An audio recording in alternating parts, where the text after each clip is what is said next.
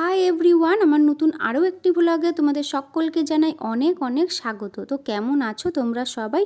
আশা করছি সবাই খুব ভালো আছো, সুস্থ আছো, আর আমিও ভীষণ ভালো আছি। আজকে হচ্ছে পৌষ সংক্রান্তি আর সোমবার, আর এখন বাজে সকাল 9:30 মতো। তো যাই হোক, আজকে কিন্তু ঠান্ডাটা পড়েছে ভীষণ, আর এই ঠান্ডায় যদি ভোর 4টেয় উঠে সূর্যদেবকে পিঠে দিতে হয় তাহলে তার কেমন অবস্থা বলো তো। তো যাই হোক, সূর্যদেবকে পিঠে দেওয়াও হয়েছে, কিন্তু সেটা দিয়েছে আমার ছোট যা। আমি আর ঘুম থেকে উঠিনি, কারণ ও কালকে বলে রেখেছিল যে ওই সূর্যদেবকে পিঠেটা এবার দেবে। তো যাই হোক, ভালোই হয়েছে, আমার আর ঘুম থেকে উঠতেও হয়নি, আর অত সকালবেলায় আমি স্নানও করতে পারতাম না।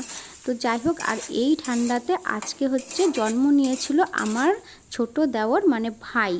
তো যাই হোক, তার আজকে জন্মদিন, আর জন্মদিন মানে তো স্পেশাল কিছু রান্না করতে হবে। কিন্তু আমাদের আজকে সোমবার, যেহেতু আমাদের বাড়ি মহাদেব আছে, তাই সোমবারে আমরা নিরামিষ খাই।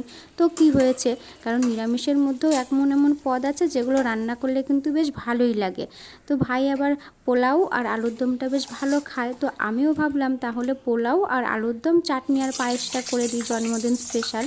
আর সকালের জন্য রান্না করেছিলাম ভাত, বেগুন ভাজা, আলু ভাজা, আর হচ্ছে লাউ দিয়ে মুগ ডাল। ব্যাস, সকালে রান্না বান্না তো হয়ে গেছে, এখন হচ্ছে দুপুরের রান্নাটা করে নিচ্ছি। তো আলুগুলোকে, আর এখন তো নতুন আলু উঠেছে, ছোট ছোট নতুন আলুর দম মটরশুঁটি দিয়ে খেতে কিন্তু বেশ ভালোই লাগে।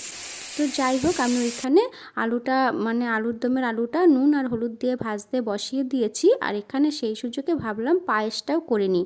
আর আজকে জানো তো, সকালবেলায় ঘুম থেকে উঠতে দেরি হয়ে গেছে, আর তার মধ্যে কিছু নিয়মকানুন ছিল, তো রান্নাটা করতেও ভীষণ দেরি হয়ে গেছে। তো যাই হোক, ওইখানে আমি দুধের জন্য, পায়েসের জন্য দুধটা বসিয়ে দিলাম, আর এখানে আমার আলুটা প্রায় ভাজা হয়ে এসেছে, আর এই চালটা একটুখানি ঘি দিয়ে মাখিয়ে রাখছি। তো তোমরা কারা কারা ভোরবেলা ঘুম থেকে উঠে স্নান করে সূর্যদেবকে পিঠে দিয়েছো অবশ্যই জানিও, আর কাদের কাদের বাড়িতে এরকম নিয়ম আছে। আর হচ্ছে আমার এদিকে আমার দুধটা ফুটে উঠেছে পায়েসের, তো চালটা এবার আমি দিয়ে দিলাম, দিয়ে একটু নাড়াচাড়া দিয়ে নেব।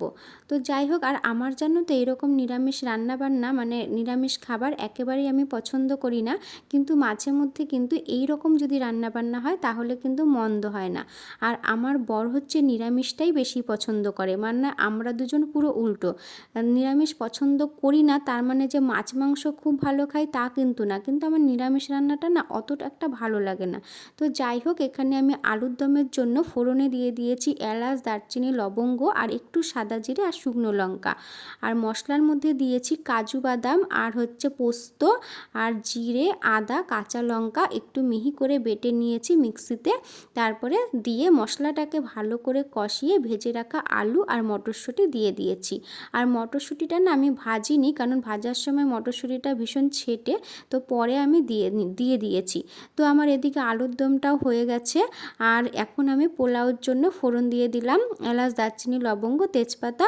তো পোলাওটা রান্না হয়ে গেছে, যেহেতু চালটা আগে মাখিয়ে রেখে রেডি করে রেখেছিলাম, আর ভিডিওটা আর বানানো হয়নি। তো এদিকে আমার পোলাওটাও পুরো রেডি হয়ে গেছে, আর খুব সুন্দর একটা গন্ধ বেরোচ্ছে।